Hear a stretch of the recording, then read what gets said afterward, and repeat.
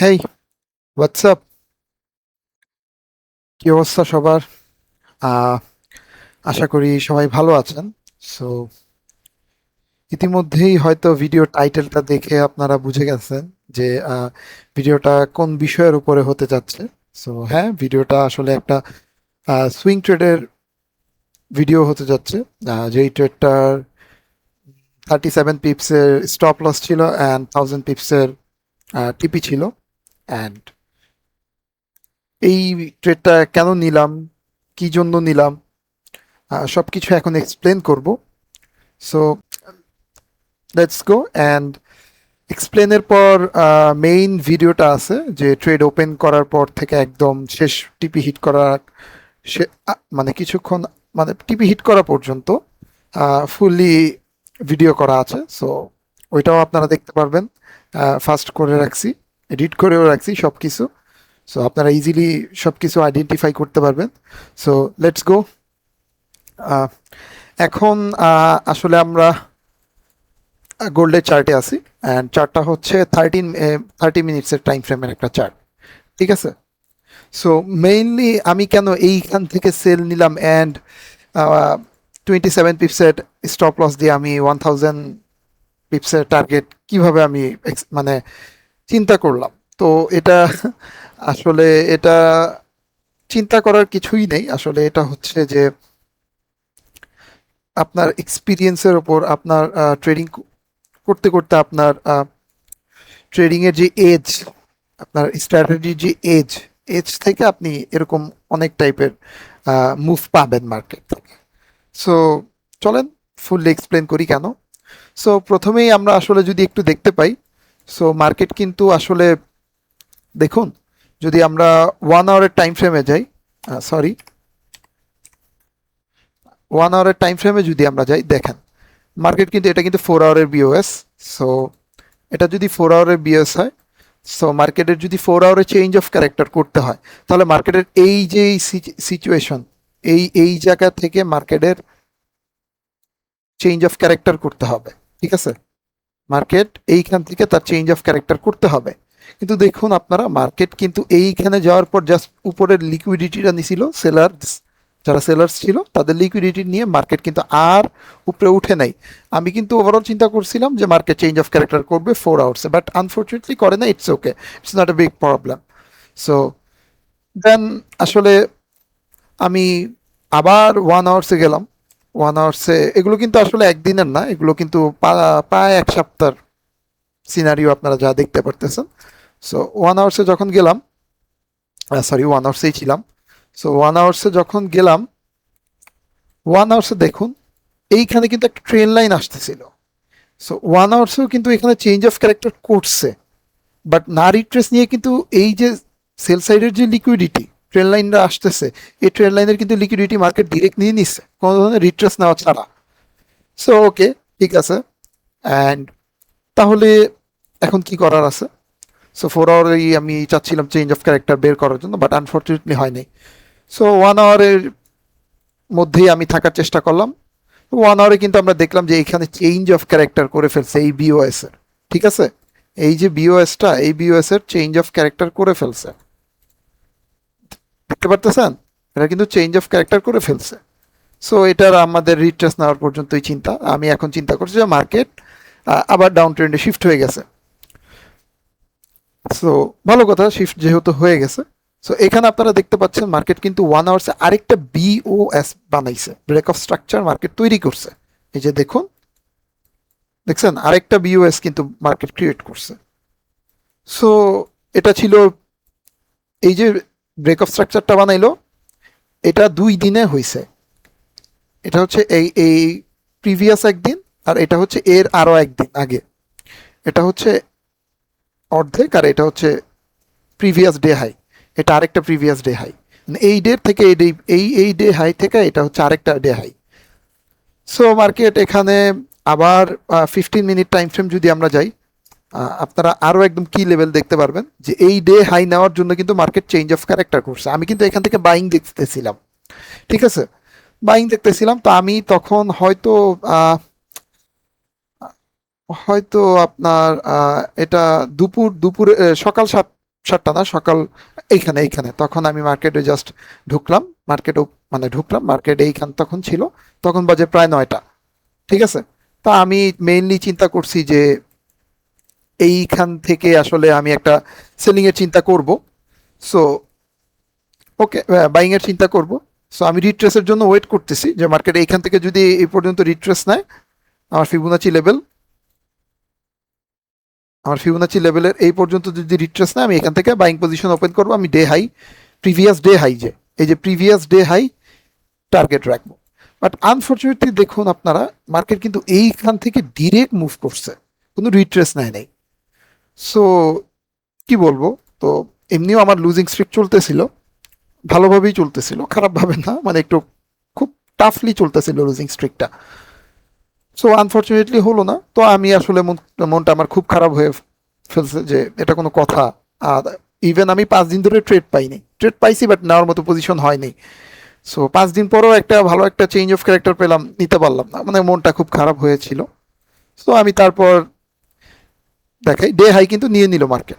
So then আমি কিন্তু কালকে রাত্রে, যেদিন আমি পজিশন ওপেন করছি, 3 জুন, 3 জুনের 2 জুন রাত্রে কিন্তু আমি আসলে 4 আওয়ার্সের একটা IFVG পাইছি।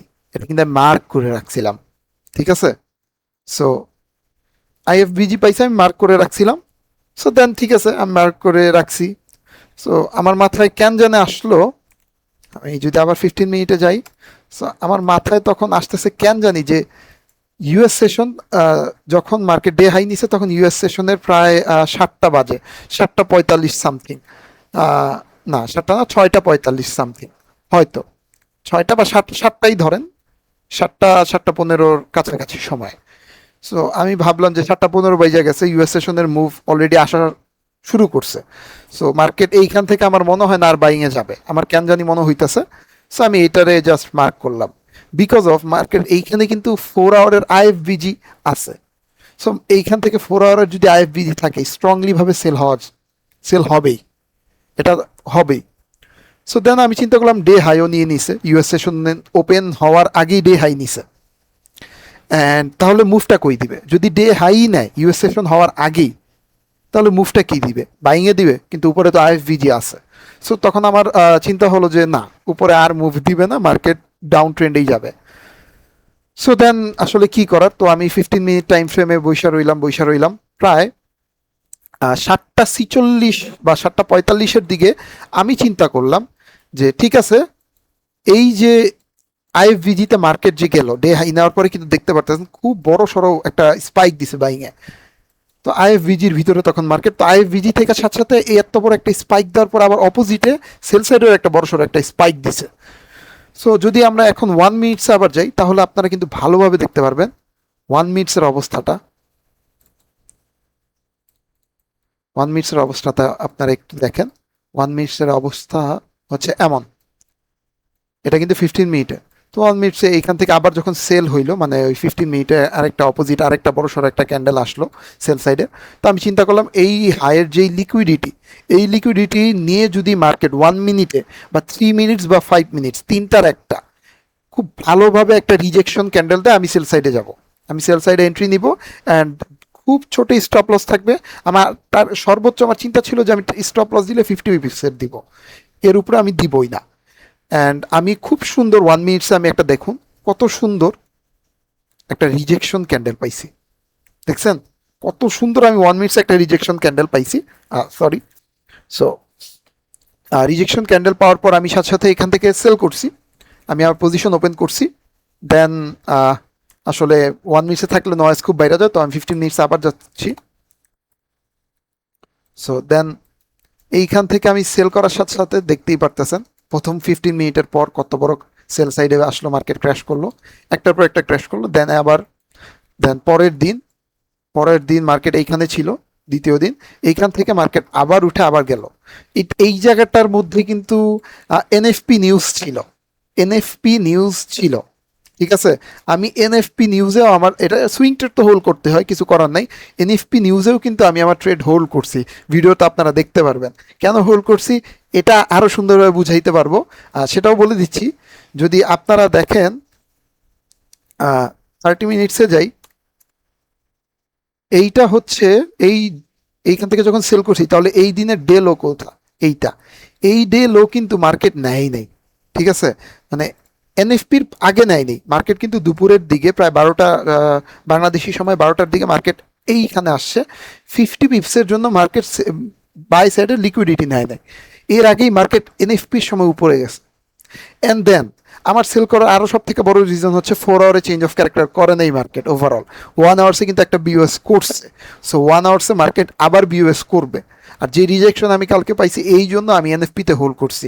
অ্যান্ড দেন এনএফপি আসলে আপনারা এনএফপি দেখতেই পারছেন যে এনএফপিতে কি হয়েছে। ইভেন আমি আসলে এনএফপিতে দেখেন আমি সব কিছু মার্ক করেই রাখছি তখন লাইভ, এরপরে এনএফপি তো কেমন হইল, এনএফপিতে কি হইলো আপনারা দেখলেন। সো এতটুকুই। অ্যান্ড এখন চলেন আমরা মার্কেট থেকে যখন আমরা আমাদের পজিশন ওপেন করি অ্যান্ড টিপি ওপেন থেকে টিপি হিট করার আগ পর্যন্ত আমাদের ফুল ভিডিও হয়েছে, অ্যান্ড ভিডিওটা কিন্তু পুরোপুরি 24 ঘন্টার, কজ সুইং ট্রেড তো 24 আওয়ার্স আসলে আমার ট্রেড ওপেন রাখতে হয়েছে। সো চলুন আমরা যাই, ভিডিওটা দেখি, অ্যান্ড আপনারাও দেখবেন স্ক্রিনে। So let's see what happen. Dime qué es lo que pasa, bebe antes pa' mi casa.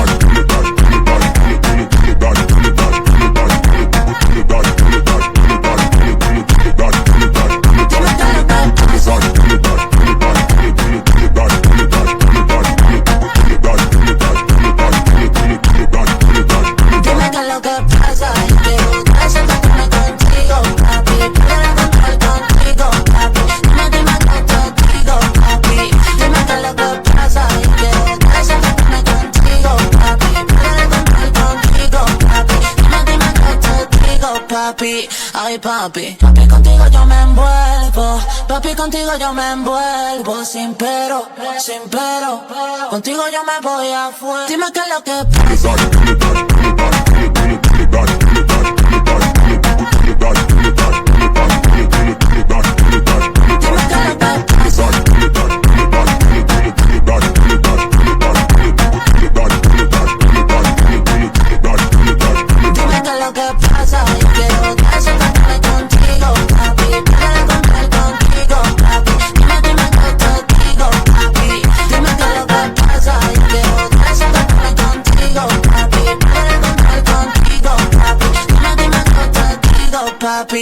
Ay papi, papi contigo yo me envuelvo, papi contigo yo me envuelvo a fuego, contigo sin pero,